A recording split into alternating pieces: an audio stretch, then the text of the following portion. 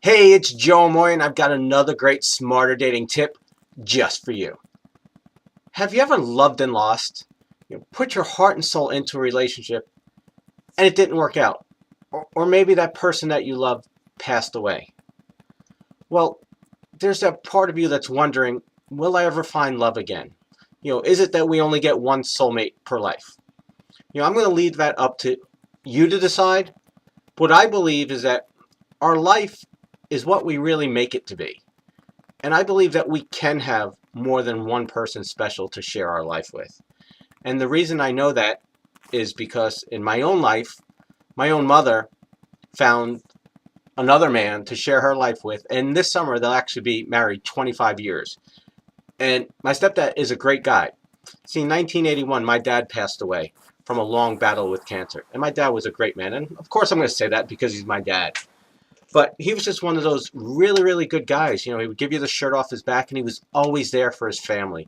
I never grew up wondering if, my dad was going to be there for me. And unfortunately, he passed. And several years later, my mother met another guy. And what was really cool is that he was another good guy, almost the same type of person. Looked completely different. And the way they grew up were completely different, but the substance of who they are is almost exactly the same. So the reason I want to share that with you is because if you've lost that special someone, either due to a passing or just it didn't work out, or for whatever other reason, that doesn't mean that you can't have it again.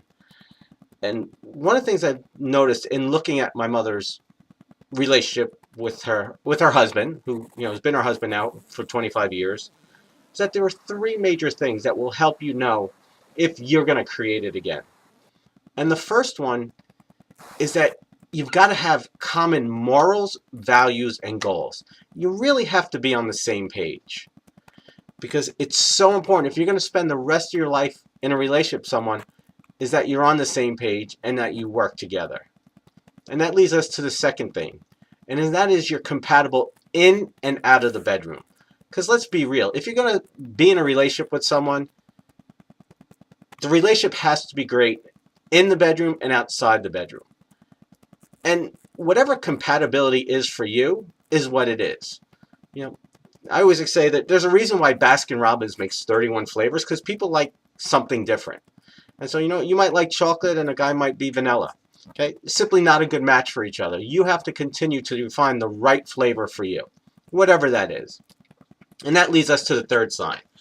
And that is that you love and accept the other person for who they are. And this is a big mistake that I see a lot of women make, is they hold that person up to their first husband or to their first true love.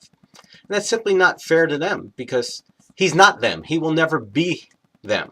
Just like you will never be somebody else that he's been involved with. But the key is to look for the substance of a person, who they are. And again, looks, attraction, compatibility, in and out of the bedroom, that all has to be there. But we're talking about, the moral character, the moral fiber of the person. Can you really be friends and lovers? Because that's really what it's all about. Because if you're friends without the lovers, that's not going to work. And if you're lovers without the friends, as you know, that sure as hell is not going to work long term. So I hope this helps you. If you're at a point in your life where you're wondering if you're ever going to find it, maybe it's passed you by. It's not. You can go and have it. I've seen plenty of other people who have had, second marriages that were just as good, if not better than the first. But if you're going to sit around feeling sorry for yourself and saying that it's not going to happen to me and looking for all the evidence of all the other women that it hasn't happened to, well, unfortunately, you're going to get that as well. But I know that's not what you deserve. I know it's not what you desire. And I think you can go out and have it. So, as always, if you have any questions or comments, I'd love to hear from you. We'll see you next week. God bless.